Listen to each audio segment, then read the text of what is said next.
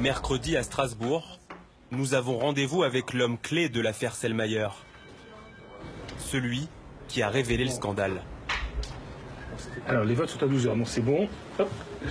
Alors aujourd'hui, le Parlement européen doit se prononcer sur l'affaire Selmayr, c'est-à-dire savoir si ils vont passer l'éponge sur ce qui s'apparente à un coup d'État bureaucratique. Jean Quatremer enquête sur les coulisses du pouvoir européen. Sa croisade du moment, obtenir la démission du nouveau numéro 2 de la Commission de Bruxelles.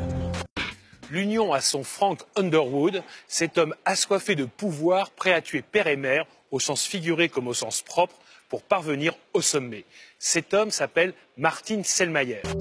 Martin Selmayr, c'est l'histoire d'une ascension politique fulgurante. Le 21 février dernier, en 5 minutes à peine, il gravit les 2 derniers échelons de l'administration européenne. Sans aucune consultation, le patron de l'Europe le nomme numéro 2. J'ai proposé de nommer Martin Selmayr, mon actuel chef de cabinet, secrétaire général de la Commission. C'est grossier, c'est une arnaque de bas étage. Je veux dire, ça serait n'importe où ailleurs. Ça aurait fait rire tout le monde tellement c'était gros. C'est clairement une histoire de copinage, c'est surtout une histoire de clan. C'est-à-dire qu'en gros, il faut que le pouvoir n'échappe pas au même. Et donc, il était directeur de cabinet de M. Juncker, président de la Commission. Et là, avant que M. Juncker s'en aille, quelques mois avant, on le place au plus haut poste de l'administration au sein de la Commission, c'est secrétariat général. Un scandale dénoncé depuis 2 mois par Jean Quatremer. À chaque conférence de presse, il harcèle le porte-parole de la Commission. Ces institutions ne vous appartiennent pas. Elle appartient à nous, les citoyens européens, et nous sommes en droit de poser des questions, de répéter ces questions sans cesse, sans avoir droit à des leçons de morale. Nous sommes un certain nombre ici à penser qu'il y a eu un problème. Donc on vous demande de vous justifier, et ça ne me paraît pas agaçant. Oui, et je reviendrai demain, je reviendrai mercredi, je reviendrai jeudi, je reviendrai vendredi, tous les jours de la semaine, je t'appellerai peut-être ce week-end, vu ton salaire, tu peux décrocher le week-end, etc. Et jusqu'à que j'ai des réponses à mes questions. Merci, Margaritis. Et tu sais bien que c'est nothing personal, comme on dit très bien en français. La légalité a été respectée religieusement. I had stubborn now then. Jusqu'ici, le puissant mais discret Martin Selmayr était resté dans l'ombre du patron de l'Europe. Dans les couloirs de Bruxelles, Selmayr avait déjà un surnom, le cerveau de Jean-Claude Juncker. Jean-Claude Juncker, président de la Commission européenne, c'est une invention de Martin Selmayr. C'est vraiment, vous savez, le marionnettiste, celui qui est dans l'ombre et qui aurait dû rester dans l'ombre. Le vrai problème, c'est un problème politique. Il y a un fonctionnaire, personne n'a élu, qui prend tous les pouvoirs, qui exerce, en effet, les fonctions du président de la Commission, du collège de commissaires, donc 28 personnes qui ont une légitimité démocratique. Non, ce n'est pas eux qui gouvernent la Commission aujourd'hui. C'est, en effet, Martin Selmayr.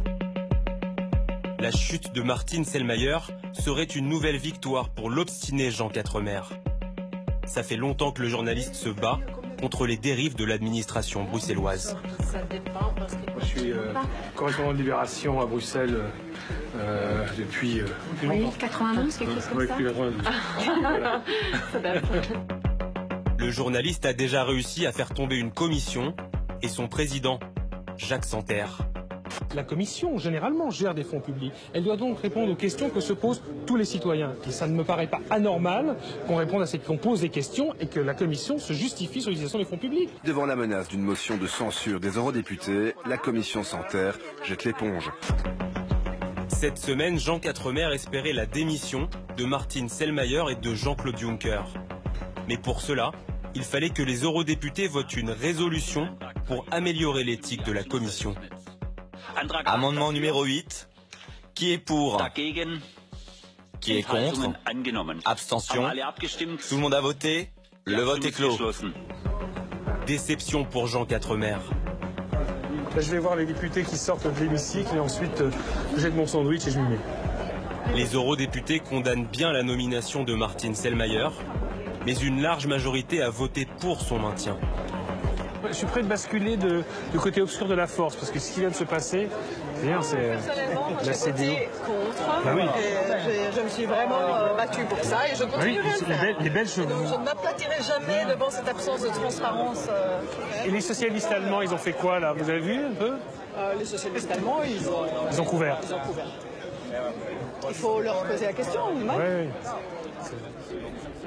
Tu as demandé la démission de Selmayr? Alors, moi, ce que j'ai dit, c'est qu'il faut faire en sorte... Donc, comment est-ce que je dirais? J'ai pas envie de faire tomber la commission là-dessus, parce que je pense que, vu de l'extérieur, ça serait évidemment compris comme vous voyez, ils se crêpent le chignon pour des enjeux de poste, et on met tout le monde dans le même sac, et c'est mauvais pour l'Europe. Par contre, l'objectif pour moi est de rendre Selmayr jetable. Pour moi, c'est ça. Politiquement, l'objectif que je poursuis ici, et ça n'a aucun secret, c'est de faire en sorte, pour utiliser le terme anglais, de faire de Selmayr damaged goods, des biens endommagés, que le prochain président de la Commission pourra, à loisir, éliminer. Martin Selmayr, sauvé par la crainte d'une crise politique majeure, à 1 an des élections européennes et en pleine négociation sur le Brexit. On vous sort le Brexit, les perspectives financières, les guerres commerciales avec les États-Unis, les tensions avec la Russie, etc.